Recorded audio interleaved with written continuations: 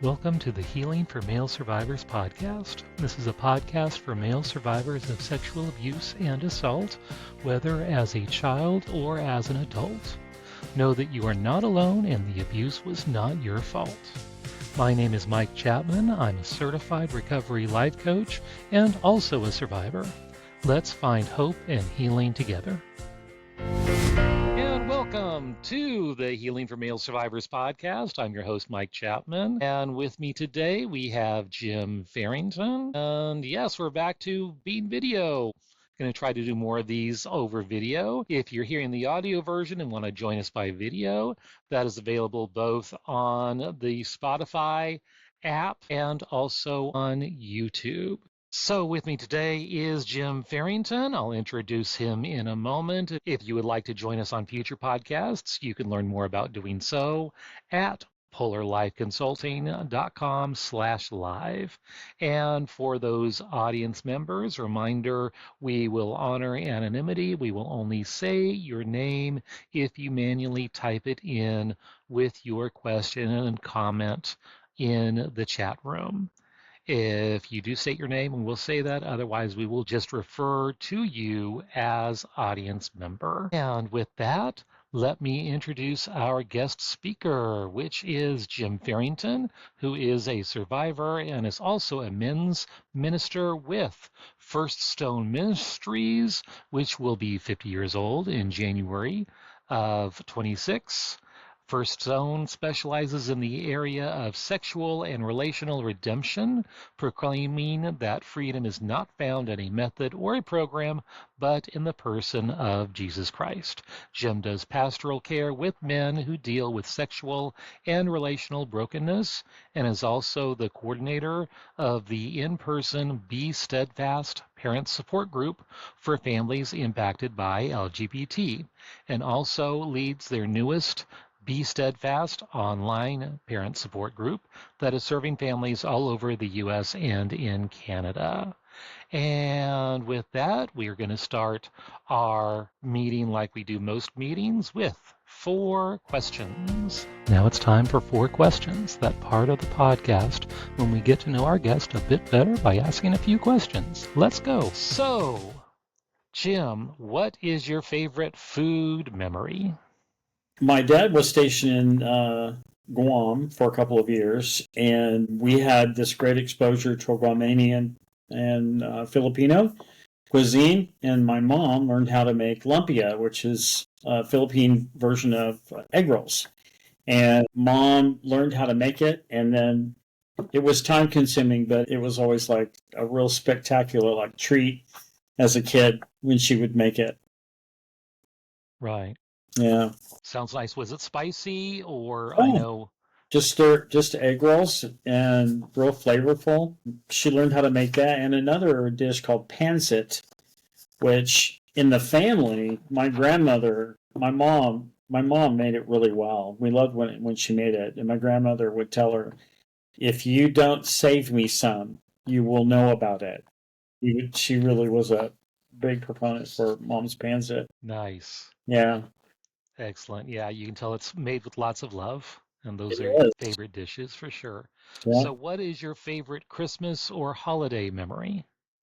We had gone, my mom, dad, and I had traveled to Des Moines, Iowa, and my grandmother didn't know about it. She was my mom's mom. We stayed at my Uncle Jim, my namesake. They brought my grandmother over, and we came up from the basement. And when she saw us, it was like this. It was such a beautiful thing. I'd never seen her get so emotional and happy all at the same time to see us. That was a really special time. I think it was the last Christmas, actually, that we were there with my mom's side of the family before my parents divorced. Gotcha. Yeah, understand. So what is your favorite church or house of worship memory? Well, this took place back in the mid-'80s. I was in the military. I was stationed at Shepherd Air Force Base in Wichita Falls, Texas. Our home church was here in Edmond, or North Oklahoma City. Our pastor was speaking a sermon, and he was telling the story of Mephibosheth, who ultimately found a place in the house of David, a home made for him. The message itself was about how God makes a way. He sees us as adequate. Even though Mephibosheth had a deformity, he was honored and loved and received and protected and made room for. That I was struggling in particular with my own adequacy as a man. And that message that came through, it was just like, this was for me. This message was for me. We had come all the way from Texas, but I really needed to hear this. And it impacted me. It was one of the few times that the Lord really highlighted in particular that he saw me and that he loved me. Nice, nice. Now, what is your favorite scripture or any inspirational quote that has helped you on your spiritual journey, and what about it speaks to you? So you mentioned our parent support group. We just decided on a name last year because we thought we should call our parent support group something. We should have something that sets it apart. And the Right. Lord gave me 2 Corinthians, I think it's 15:58. Be steadfast, immovable, always abounding in the work of the Lord. Corey ten Boom is one of my favorite people. So when I Oh, hear that yes. scripture, I hear it in her voice. I just do. And I love her testimony. I love the witness of her life. The Lord has used it to minister to me greatly. So that would be my favorite scripture. Very nice. Excellent. And I would want to know more about your story. So, like most of our stories, it can jump through the timeline, especially referring to our abuse history. And feel free to jump around if you need to, as Okay.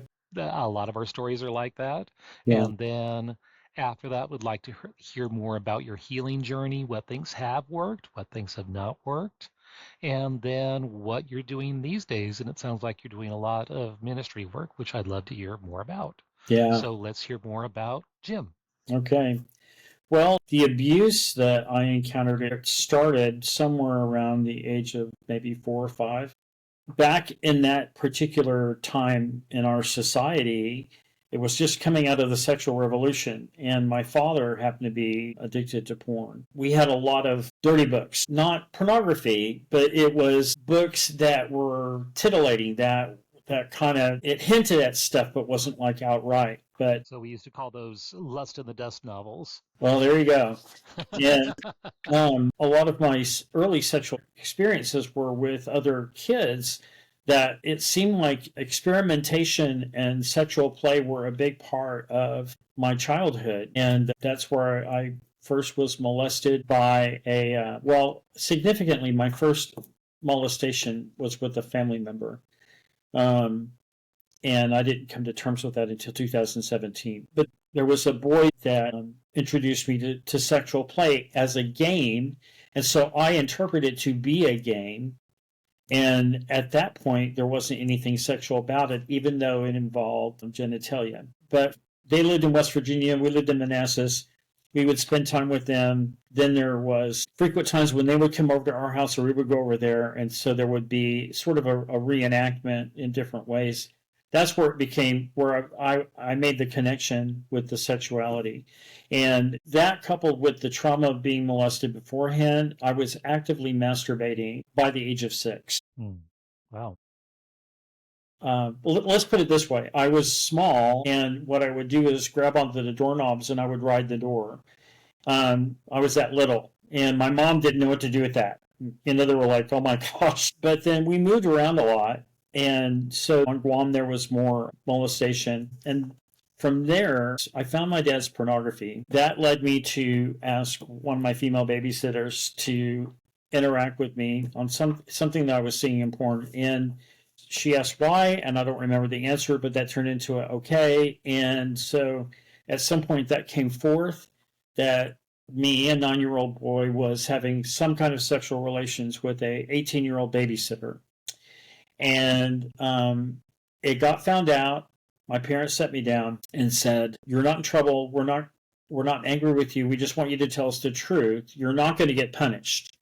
So I told the truth and I got punished. It was in that moment that I made that decision never to trust my parents again. And that was really a bad thing that happened because the majority of the ongoing molestation and sexual abuse took place after that. So then I couldn't tell anybody anything that was happening to me because I was going to get blamed for it and get in trouble. I would say at one point in my testimony that if there was a pedophile within 20 miles, I would probably find them without going into a lot of gnarly detail. By the time I was 12, I just thought, well, I must be gay because this keeps happening to me. So I sort of took on that identity to it, more like a label, not really an identity, but a label. But then, even then, the interaction with men just continued. It was married men, single men. They were all adult males, and I was like 13 and 14 years old. And then my parents split up, and I started really entering into that identity a little bit more. And then around the age of 18, I had a series of circumstances that led me to asking Jesus to come into my life. And I had been at that point, I had just been identifying as gay, and I didn't have any conviction about it, whatever. But I met someone who shared the word with me in such a way that it impacted me, and really led me to a point where I finally said yes to asking Jesus to come into my life. And I did okay for probably about the first year, but I ended up getting married. The church placed a lot of emphasis on doing the right thing, making sure that all the appearances were there. And so I married a woman I wasn't in love with, that I wasn't attracted to. We just been, we use each other sexually, and really she was my transportation to the gay bars. That's how that started out. Wow. Okay, but she fell in love with me, and there was just something about that, wanting to be wanted, wanting to be needed, loving the attention. And so then I become a Christian, and she rededicates her life to the Lord. And I have people saying, well, if this is your baby, then you need to marry the girl and raise the child. So I did what I was told. And I went into the military. Right, because if you get married, then that's going to fix any kind of same-sex attraction. And Well, yeah, of I course. just assumed everything Right. would be okay from that point. But at some point, stuff began to happen. When I was in basic training, I didn't have any issues. In technical training at Shepherd, I began to come in contact with other guys that identified as gay. And so I was drawn by the attention, but I didn't know why. I had an understanding about God did not look on that with favor. And so I wrestled with that. I just continued to wrestle. And people just had this mentality that, just stop it. Just stop it, But I had no clue as to what was driving the machine deep within. And so at some point, the marriage fails. We split up. She goes into lesbianism, and I eventually go back into homosexuality. Right. And so for about 10 years, I'm sort of existing and trying to find meaning to life, and knowing that this clearly is wrong, but did not know what to do with what I was experiencing or what I was feeling, and why any of that was happening to begin with.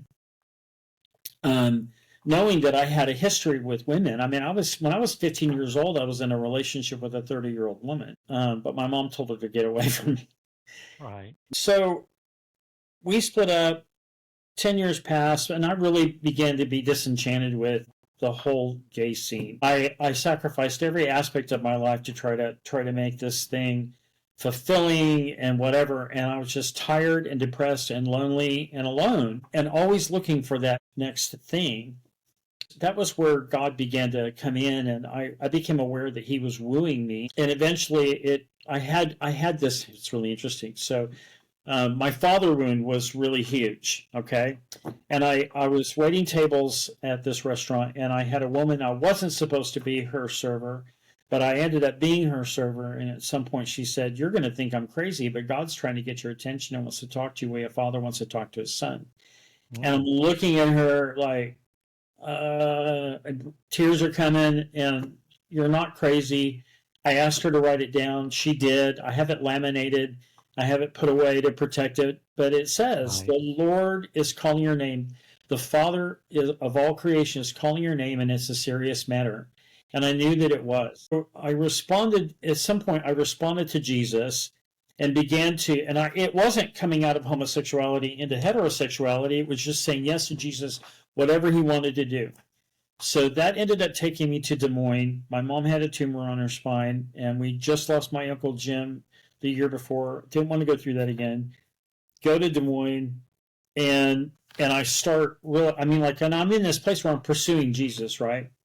And he's doing stuff. He's actively doing stuff in my life. I got a hold of this book. It was called Living Waters. It's a program. So I was given permission to read it, and I chanced upon this part called the mother wound. Up until that moment, I had always had this intact belief that my mother and I were supremely close, intimately close. I came out of that chapter like someone had used a sledgehammer and bonked me outside the head with it. I came home different. And then we began to get into arguments. And I didn't know what to do. Something was happening and I didn't know what to do. And we were sharing an apartment together. So we were in each other's space all the time. And at some point, we were in the car and I'm talking about something I need to process with a friend about her. And something happened. And she said, well, honey, exact words. Well, honey, you can tell me everything. You can tell me anything. I'm your mama. I love you. And I mean, immediately what came out of my mouth was, you knew I was molested. You did nothing to help me. I was your only child. I should have been your most important possession. You guys abandoned and neglected me, and I did deserve it. And I'm just going. And I was driving, and don't recall the moment it started. I lost all cognitive understanding of driving. I mean, I just pull into the parking space, and I look over, and she's sitting there with tears. But this was at a point in my life where I thought, okay, something has happened. Something's been drugged up. And I felt like the Lord was saying, there's more. And so I said, okay. So I sat down, and I started to do inventory. Once I got to person number 34, from around the age of, 5 or so to age of 14, I had over 34 different people that poured into me sexually. And I was just dumbfounded. Like, no wonder I am such a mess. And it began to reveal all of the things, the thing that was constantly driving me, the constant need, like the disconnecting from my dad. I wasn't the son my dad wanted. My dad was never happy with anything that I did. Plus, I made an inner vow I would never be anything like him. And then the boys at school were abusive, so I made an inner vow that I would never be anything like them. And I would cut myself off from the world that I needed to become the man that I was created to be. And so that brought me back to Oklahoma City because I was aware that I think I've gone as far as I can personally to deal with this Pandora's box that's full of junk. And moved back to Oklahoma City just to begin to do the hard work of uncovering every layer. And let me tell you, that was 2003. And just last year, God uncovered another layer. And I can't say that journey will, at some point, will be poof, everything is great, and you'll never struggle again with anything. And I still have to wrestle with who I am as a man. And but I am in such a different place now in terms of my confidence in who I am, and not looking to people to validate my existence. Man, I've gravitated just about anything and everything in this, even in uncovering HM. So what brought that to the forefront is our office admin is my housemate, and he sent me a link to the podcast about desire, Arousal versus desire. arousal template versus desire, and Right. that Yes. was really enlightening. And I thought, and like the church and even ministries would tackle dealing with all the impulses that come with same-sex attraction and what have you. Just stop it. And I'm like, that doesn't work. But I began to hear things like, through HM, like, have you ever sat with curiosity about what's going on with you? And I thought, that's a really interesting concept because I never have. And consequently, it's become my own language. And especially as I'm growing in my faith and in becoming a more equipped men's minister, I want to be able to walk with these men and some of them have gnarly stuff that's even worse than mine, and I can't imagine anything worse than mine. But I mean, like, I've heard some gnarly stuff even on HM and go, how are these men still breathing? Mm-hmm. You know, because I mean, oh gosh, I mean, I tried to commit suicide in 2002, but what that did actually, it put me in touch with my will to live. I was going to overdose on prescription meds, and I woke up in the middle of the night and said, I don't want to die. I want to live. And it was the first time that I actually fought for my life. So coming back to Oklahoma City and going through Living Waters and having a structure of people that you can process, there's so many facets to sexual and relational brokenness. It's just not one thing.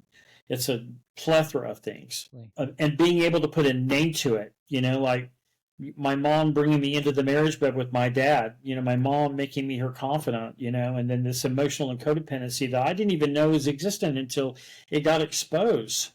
And that changed the dynamic of my relationship with my mother. I mean, I want to love her well and I want to serve her well, and she lives here now, but I maybe see her once a week, and she lives walking distance from where I live, but I can't spend an enormous amount of time around her. And I hate saying that. I mean, I really do love making sure she's taken care of. I fight for her. I subrogate for her. She has COPD, and so just make sure that she's feeling well and doing well and all of that. You need healthy boundaries for sure, and Oh yeah, there's yeah. a lot of wisdom with that. Give me 6 hours with my mom, and I'm done for about a week. I can relate. Yes, my mom moved to where I was living here in North Carolina for about 3.5 years with her husband, uh, my stepdad, but they got married when I was in college, so he's mom's husband. Yeah, had to have good, healthy boundaries with that for sure. Yeah, and my story is much more complex. There was a point in time I was experimenting with my mom's dresses and putting on her makeup. I did drag. I wasn't ever thinking, you know, that I might be a woman, but I do believe that I had cut myself off from the masculine so much so that I was looking Mm, for some kind of identity. And I happen to know people who were drag queens, and guess what? They were celebrities. Everybody loved them. They got praise and adoration. And here's this kid that is immersed in no value, no worth, self-hatred, self-loathing, self-rejection. And I was a talented kid. That was the one thing that separated me from my father. I was emotional, perceptive, talented, creative, expressive. My dad did not like that. And all of those things took a part, a role in my life that helped me navigate. I had a friend that was confused. He thought maybe he needs to be a woman because he felt like he had no value as a man. And I thought, I do not want to be that person, you know? right, And right. so, but it's been a very good journey. Painful, absolutely. I mean, when you uncover stuff, but God has been so kind to me in that when He does, it's almost like He's that friend that's right beside you and just said, "Hey, by the way, you've missed something," you know, and go, Yeah. oh my gosh, you know. And I think one of the biggest revelations. I went to a men's retreat a couple of years ago, and someone had a word, and they said, I feel like the Lord is saying to me that some men here have had a painful, abusive relationship with their father, and it affects how they do a relationship with men. That's me. Large groups of men was always extremely intimidating, and I would always go in rejected. I would go in unaccepted. And but I raised my hand for prayer. A couple other guys did too, and they laid hands on me. When they did that, the waterworks came. I had no Oh, emotions yeah. before then, but the tears just started falling. And then very tenderly, I heard Jesus say to me, "You encounter your Father in every man that you meet." And I was floored because it was like, oh, oh, Yeah. that's why I'm disqualified before I even have a chance to prove myself. Right. And it was life giving. So consequently, like with the retreat that we were at last year, I still wrestled with being around a bunch of men because I didn't know how to conduct myself. I felt so at odds, right? Right. But I can say with clarity, my dad was not there, and and I was able to connect with a good number of people in a really great way. But some of those guys here just completely intimidated me. I don't know if it's the confidence that they exuded or even the anger. There were some people that were very, very angry, Right. and I And we had respond. anger sessions too, where you could like pound and stuff and beat on stuff. And No, yes. I was in one of those sessions, Hmm. and I was hearing this one guy out back screaming and just beating on something, and I was absolutely petrified. I mean, I was experiencing a lot of emotions and through that workshop, but then hearing that was just like, and for me, it's like it becomes personal. Like I've done something wrong, Right. even though it has nothing to do with me. Right. Yeah, so that's it in a nutshell. Right. And it sounds like your faith has a lot to do with your healing journey Yeah. and has definitely brought you a lot of healing for sure. What other things have you tried that have either worked or not worked in your healing journey? Have you tried therapy or other types of things like that? I've gotten some counseling, and I probably need to get more. Conflict is not something that I deal very well with. I'm getting better at it, but I still have a tendency to operate out of a broken filter. Where if I'm in conflict with somebody that I'm friends with, it'll come across as I'm stupid. I'm a moron. There's something wrong with me, and I'm like, I don't know why I automatically default to that. What helps me is to be able to process. I can talk with people that are safe, that listen and don't try to change me. That for some, they ask more questions, but they'll walk with me through it. And that's been really helpful. Since I moved here going through living waters, so one of the things that ends up happening is sort of by osmosis, you end up, the longer that you're journeying through it, the more qualified you are to be a servant leader. And as you become a servant leader, then you qualify to become a small group leader. But you had to go through training for that, which is what I did. Through all of that, I mean, honestly, what was it, 2017? I had to go back through as a participant, and there was a chapter called The Fighting Father. And I wept through the whole chapter because I didn't have a father that fought for me. And it was probably, I don't ever remember feeling as raw as I did in that. But the Lord met me in a real beautiful way through that chapter and through some subsequent chapters where every time that there was a teaching, there was this big cross that we have, and I would feel compelled by the Spirit to go to the cross and to put my hand on it, and I would do that, and then I'd just absolutely fall apart. And I mean, like, I don't know if you're familiar with ugly cries, but where your beard is full of snot, but that was me. And but it was so liberating, and to be in an environment where I can weep openly with people who come alongside and weep with you, that they embrace you through it, that they don't try to change you, they don't tell you it's going to get better. I really appreciate that because my understanding so far of my own journey is that it may take a lifetime, you know, Right. and I'm okay. I'm okay with that because God's already demonstrated that He's with me and that I'm not alone. And on top of that, I'm surrounded by people that I can actually confess I am really struggling in my emotions, or this is really upsetting me. And then, of course, with HM, you experience HM, but I don't think anyone can experience husband material and not also plug into some of the other resources that they make available. So it becomes this constant outgrowing of resource, right? That's really helpful. And on top of that, I really do believe that one of the most powerful things for me with HM was seeing the guys on there process openly some pretty heavy stuff and the outpouring that they got, where no one's trying to change you or give you advice. Or I love that. Right. I Just really, sitting with you and your that's stuff. right. Yeah. Yeah. I mean, Yeah. that's, was it, Dan Carlson says, sitting Shiva with you. And I'm like, Yeah, I love that. Dan's been a former guest on here and been on several of our panels as well. So Yeah. yeah, love Dan. And I'm a prolific reader. I unfortunately have more books than I know what to do with. And my boss just this last week said, pick 3 books and focus only on them till the end of summer. So I'm like, oh man. Your summer reading list. Well, because I have like Yes. 8 books that I'm like, I don't know how I'm going to get through them. But like the resources that I come across are very helpful for me.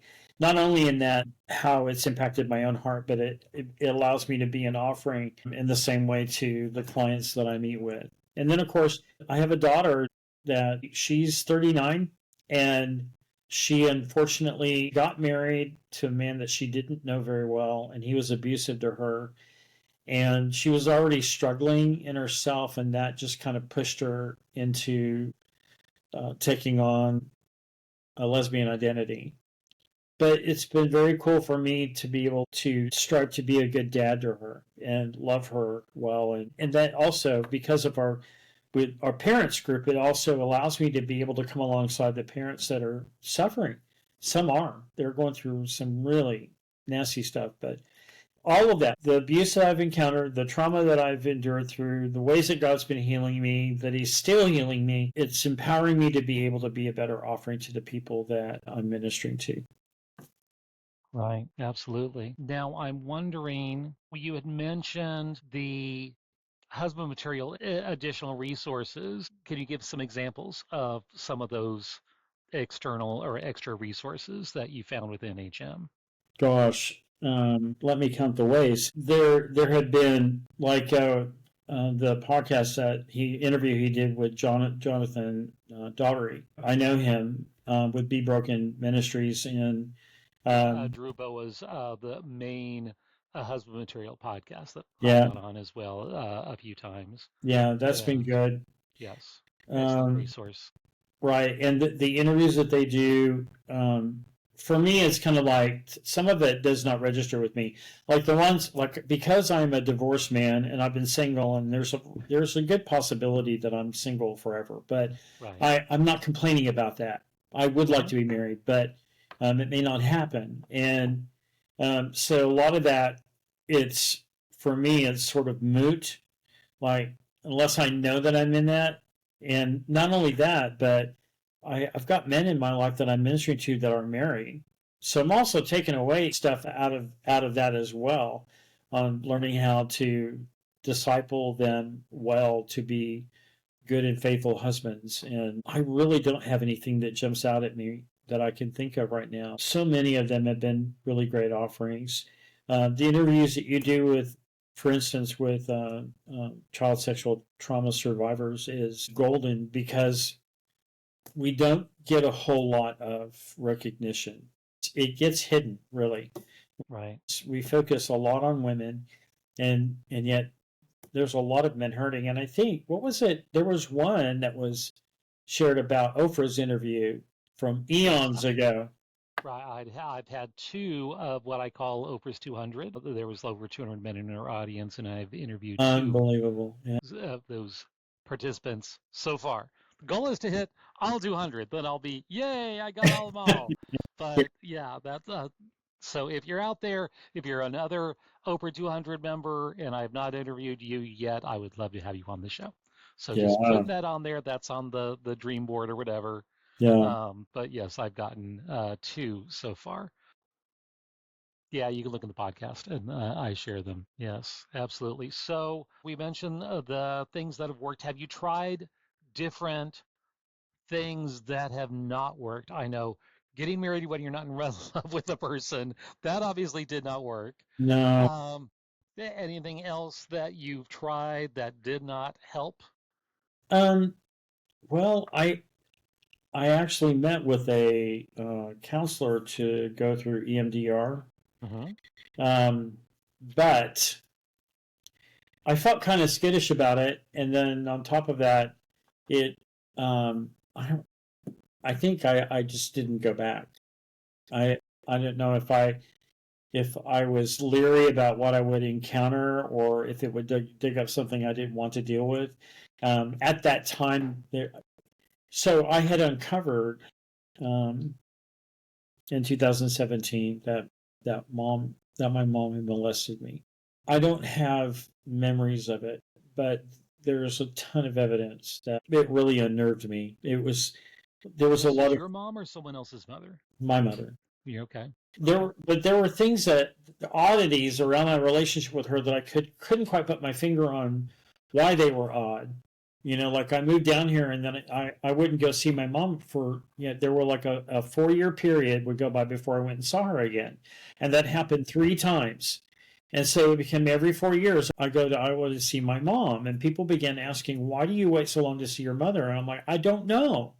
I don't know. I mean, like I get around her and I'm fine, but then after a short period of time passes, I begin to not feel fine. I feel weird and leery and wary around her, and I couldn't tell you what it was. But then I don't know. It was something. Also, when I started, my phone calls to her would happen while I was in the car and only while I was in the car, which I could be on the phone with her for 2 minutes, but then I could hang up. And just recognizing there's a pattern. And it was like, I And don't it know if gave I you was more power. Oh, yeah, I'm in bad track, but I'll call you back. And absolutely. it's an instant excuse because you're driving. That's right. So, yeah. So, so I don't know. I think just the oddity of it and asking the Lord why, and then it was just like this box opened, and oh, she molested me, and it was like, oh, she molested me, and then you're like, um, it undid me a little bit, but it didn't devastate my whole life.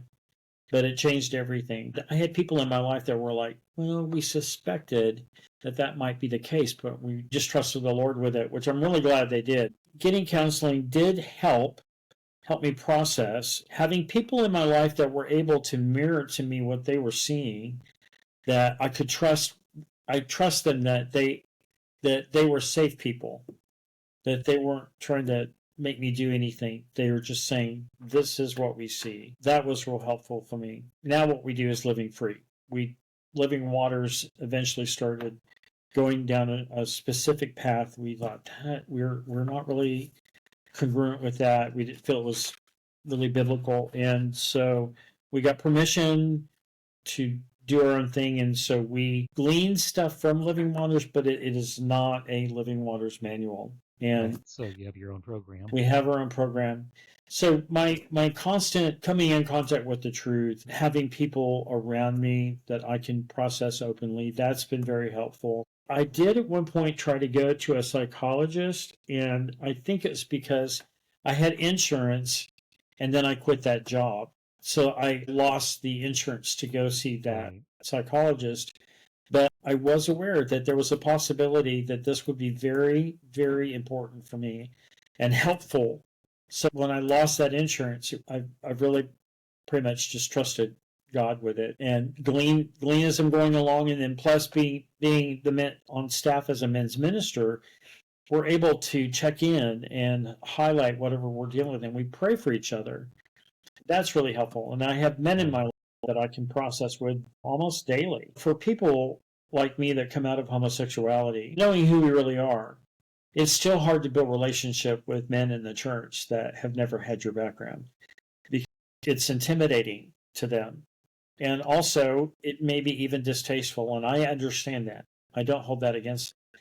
I have a man in my life that is my best friend, and he's never had that background, but this man really loves me. And I'll pour out my guts on stuff, and he'll just say, I am so proud of you. And he'll say things like, you are precious to me. That that is so affirming and strengthening for me to have that. We need men like that, you know. And I don't know. I feel like men are really challenged to do relationship well, where they can be seen and heard and embraced and walked alongside with. You know. Right. Absolutely. And would love to hear more about the work you're doing today with these different ministries you have going and so forth. So tell me more about that. So we get people from all different backgrounds. So sexual and relational brokenness doesn't land on one specific sin or aspect of brokenness. We say that freedom is not in a program or in a method, but in the person of Jesus Christ. Coming into that understanding, I do not have the strength in myself to heal you. I am not equipped to change your life. I am not equipped to make your life better, but Jesus is. And let's walk with him together to discover what he has for you. And in the meantime, we do an intake with clients so that we can get a better understanding of what's going on in the background. And sometimes what they put down is stuff that you don't actually get in the conversation with them, like with trauma and what have you. That can help me in terms of being sensitive to what the Holy Spirit's trying to say to me. And then we strive to practice prayer, listening prayer. So, God is the one who has the capacity to speak into specific areas. And so we listen. We try to make room for listening to what the Father is saying to his child. Also, it's about discipling. I have a young man that when his parents contacted us, this was about 2.5, almost 3 years ago, they were living in Michigan and he had come out to them. And so they were looking for help and he was open for help. Okay. So they contacted us. There was a series of things that they did, and they ended up at the end contacting us. And I spoke with the dad. And my conversation with him, he felt like that the Lord used that to show him that he wanted them to temporarily move from Michigan to Oklahoma City so that they could bring their son to First Stone for pastoral care.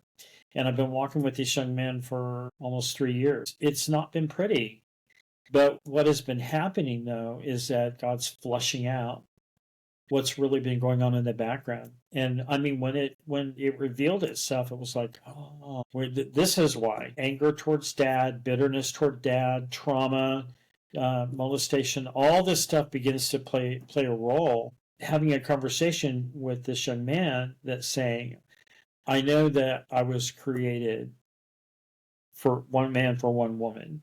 And this was God's intent for my sexuality. It's not just a linear path to everything that God has for you. Sometimes it looks like this, Right. right? That's what recovery often looks like. Yes, absolutely. And It goes all over the place. but I compare it to those family circus cartoons where you got little Billy and he's supposed to go an errand, and instead of straight line, he's like going through the playground, climbing over fences, looking at right, the little animals before he right. actually gets there, and it's this big dotted dashed line all the way through.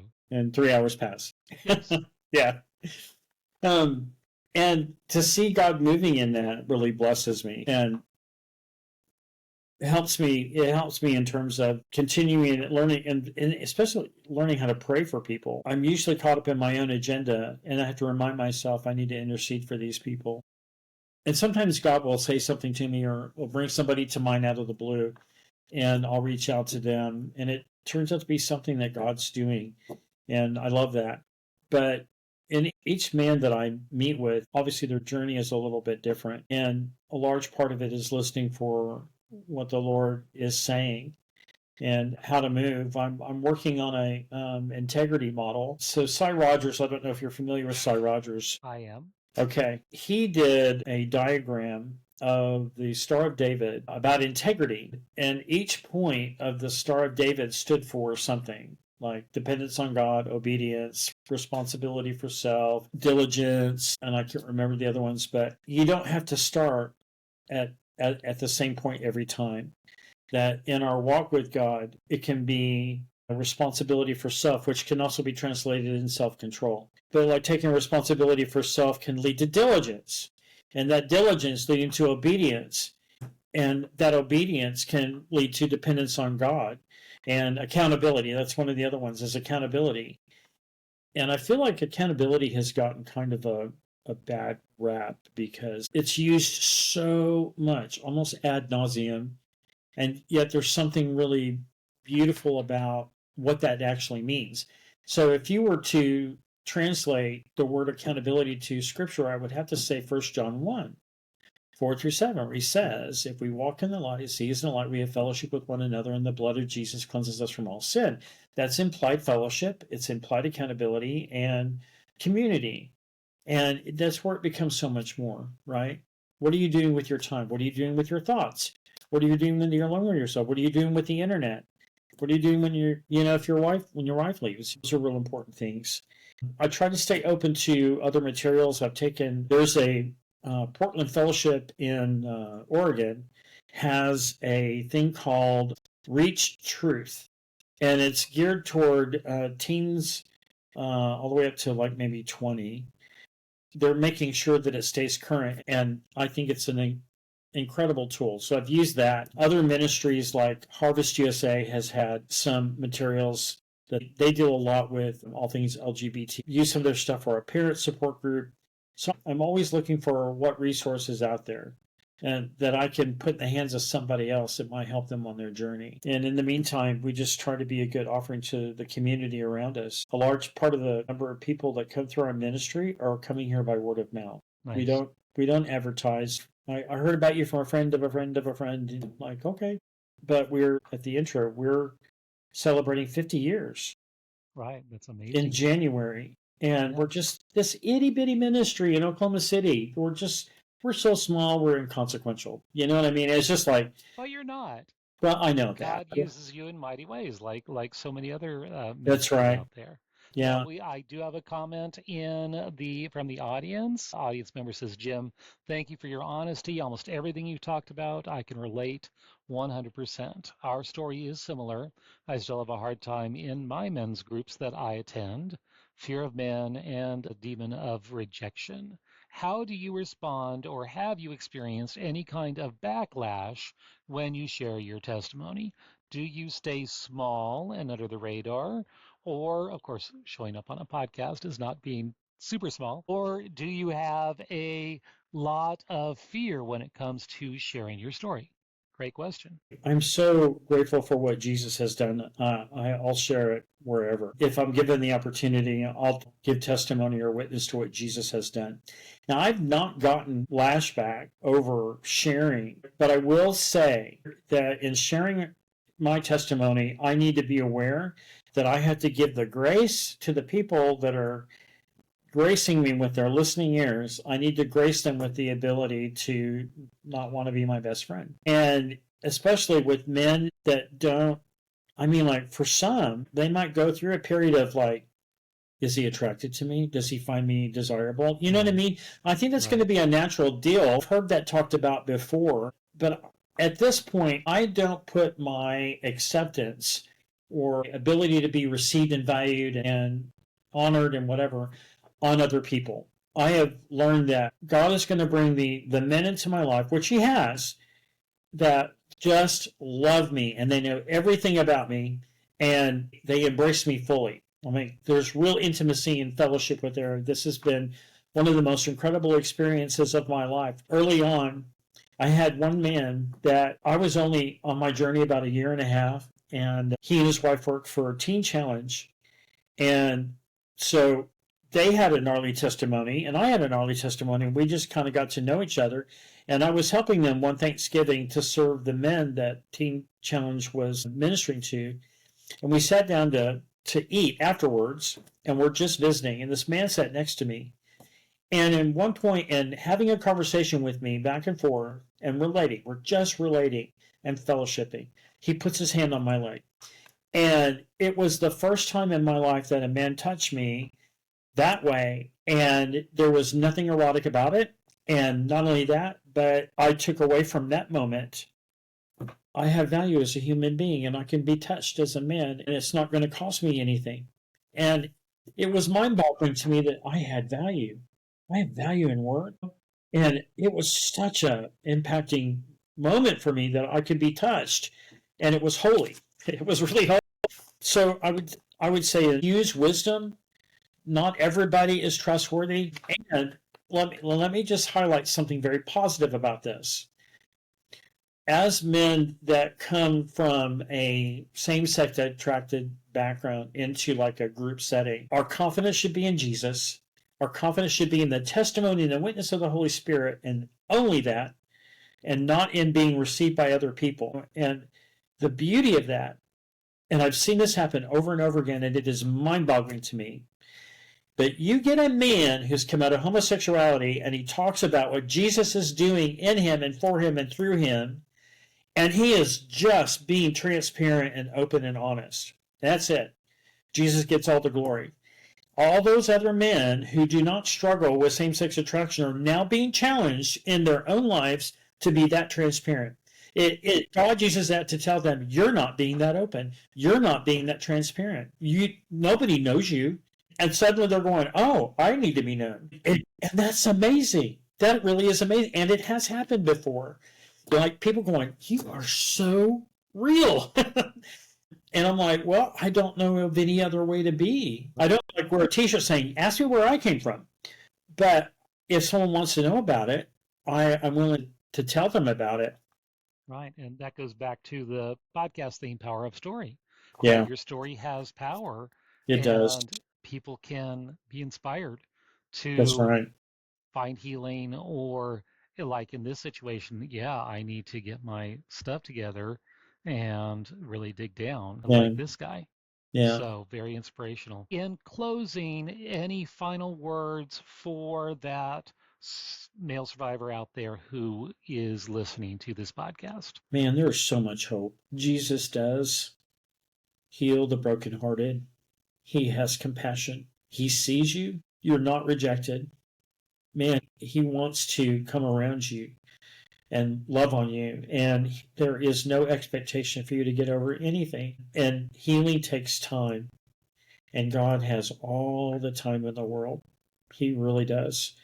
And he's been so patient and kind with me, even in my journey. I started this journey in 1999, and I'm still on this journey. But now, the dynamic between me and Jesus is like, just recently, remember I told you that I got punished after my parents set me down and said, tell us what happened? Just tell us the truth. We're not mad at you, and you're not going to get punished. And just last October, I was at believe it or not, it was called Fighting the New Drug about porn, because as a staff, that's something that we come with people that we come in contact with. And God just, and it's so interesting how he does this. But it reminded me of my own journey with porn. And then God took me back to that moment with my dad and my mom. And it was like God said, you missed something. And it was like he said, remember when your dad asked to tell him the truth? What came out of your mouth, the very first thing that came out of your mouth was, I was in your bedroom looking at your magazines. And it was all of a sudden, it was like I was realizing for the very first time, I'm almost 60. And here I'm realizing for the very first time that my dad was realizing it was his fault. It wasn't my fault. It was his fault. I was prompted by his magazines to interact with that babysitter to begin with. But I'm the one that got punished because my dad never took responsibility for his stuff. And even in that revelation is God's kindness, because I'm able to go to my coworkers. I am so angry. I'm really angry, and tell them why. Well, this is why I'm angry. And they come around me and they just pray, Jesus, meet him in this place and help him. And it did. It really did. Within a couple of days, I was fine. God is not afraid of our stuff, and he wants to walk us through all of it, the good, the bad, and the ugly. Yes, absolutely. I love that. God is not afraid of our stuff. That's right. Absolutely. Wonderful words to close by. And with that, we'll see you next time on the Healing for Male Survivors podcast. If you would like to learn more about my coaching with Polar Live Consulting, where I provide one-on-one coaching and group coaching, both with a focus on healing for male survivors, reach out to me at polarliveconsulting.com. That is Polar spelled P-O-L-A-R. I would love to hear from you. I want to hear your story. If you would like your story featured on this podcast, contact me via my website. If you like this podcast, please rate and review, because that's how other people can find me, and I really want to spread this message of healing and hope to others. And remember, you are not alone. Healing is possible, and the abuse was not your fault. Let me repeat that. The abuse was not your fault. See you next time on the Healing for Male Survivors podcast.